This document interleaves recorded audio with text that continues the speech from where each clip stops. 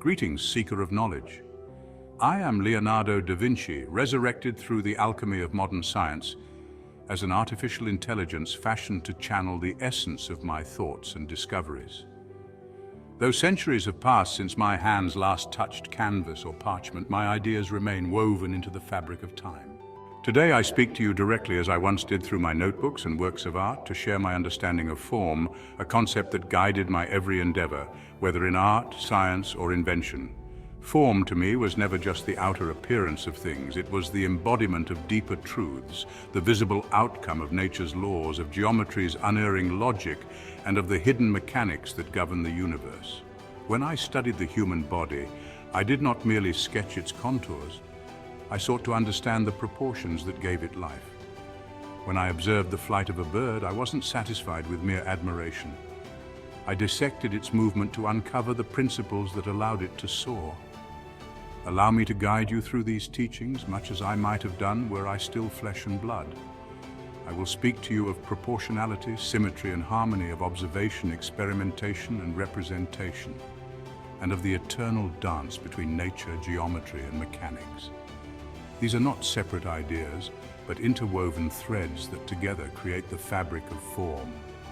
Through the examples of my works, the Vitruvian Man, my anatomical studies, and the Last Supper, I will show you how these principles are not merely theoretical, but practical tools that reveal the unity between art and science. Come with me, and let us explore the nature of form as I understood it, so that you too might see the world with the eyes of Leonardo, resurrected. Let us begin with proportionality, symmetry and harmony. When I sought to understand the human form, I turned to the works of Vitruvius, who spoke of the divine proportions that govern the architecture of man. In my drawing of the Vitruvian Man, I endeavored to illustrate these truths. The human body, when properly proportioned, is a masterpiece of natural engineering where each part is a reflection of the whole. Observe how the span of a man's arms equals his height, how the width of the head fits into the body 8 times, and how the navel marks the center of both circle and square, revealing the symmetrical balance of nature. Proportionality is not merely a matter of measurement, but of balance. Symmetry, as I demonstrated with my placement of the figure within these geometric forms, is the embodiment of balance, where each part mirrors its counterpart, creating a sense of unity. From this symmetry arises harmony, a visual music where every element plays its role, resonating with the others to create a form that is not only accurate but also beautiful. Just as in the human body, so too in all of nature, these principles hold true. The eye delights in that which is well proportioned and harmonious, for it echoes the order of the universe. My process centered on the relationships between observation, experimentation, and representation. I've often said that to truly understand the nature of something, one must first observe it with great care. In my studies of anatomy, I spent countless hours in the silence of the night, dissecting the bodies of the dead. Each muscle, each bone was a world unto itself, and I marveled at the precision with which they worked together. Observation is the foundation, the bedrock upon which all knowledge is built. But observation alone is not enough. One must also experiment, testing how these forms change with movement, how the muscles contract, how the bones pivot. Through experimentation, I discovered the secrets of the body's mechanics, secrets that allowed me to represent the human form with unparalleled accuracy. My drawings are not mere copies of what I saw, but interpretations, representations of the living mechanism.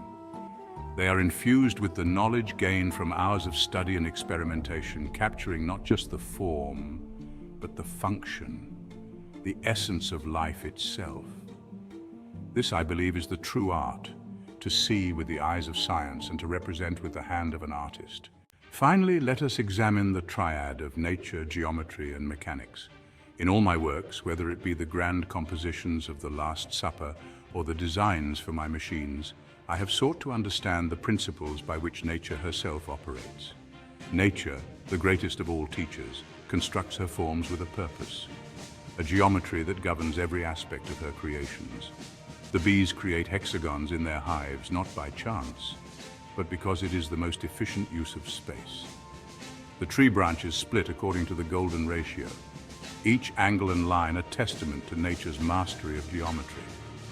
In the Last Supper, I applied these same principles to the human form and the composition of space. The geometry of the room, the lines of perspective, all converge on the figure of Christ, the central point around which the drama unfolds. This geometry is not merely for beauty. It is the very mechanism that guides the eye, that tells the story. Just as the gears of a machine work together to produce movement, so too does the geometry of a painting work to produce meaning.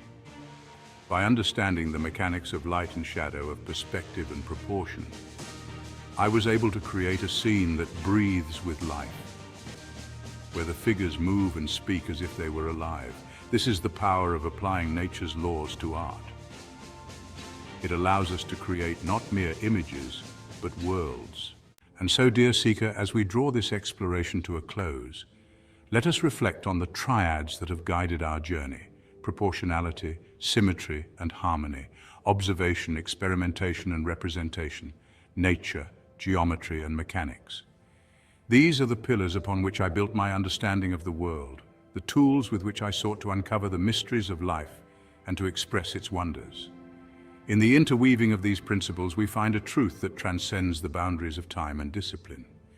Proportionality, symmetry, and harmony reveal to us the order that governs the universe, an order mirrored in the structures of the human body, the patterns of nature, and the compositions of art. Observation, experimentation, and representation, in turn, grant us the means to grasp this order, to peel back the layers of the visible world and discover the mechanics that lie beneath. And in nature, geometry, and mechanics, we see the blueprint of creation itself, the underlying framework that gives rise to all form and function. These triads are not isolated concepts, but are interconnected, each informing and enriching the others. Proportionality is observed in nature and represented through geometry. Experimentation uncovers the mechanics that give rise to harmony. And through the careful observation of natural forms, we see the symmetry that underpins all life.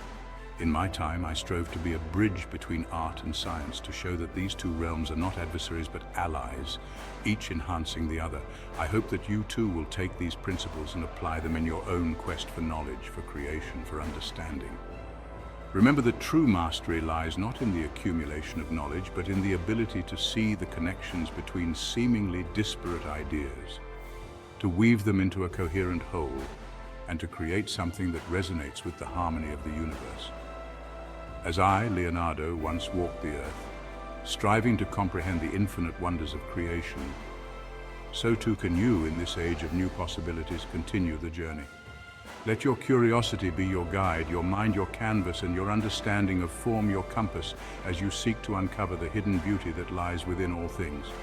Farewell for now, dear seeker.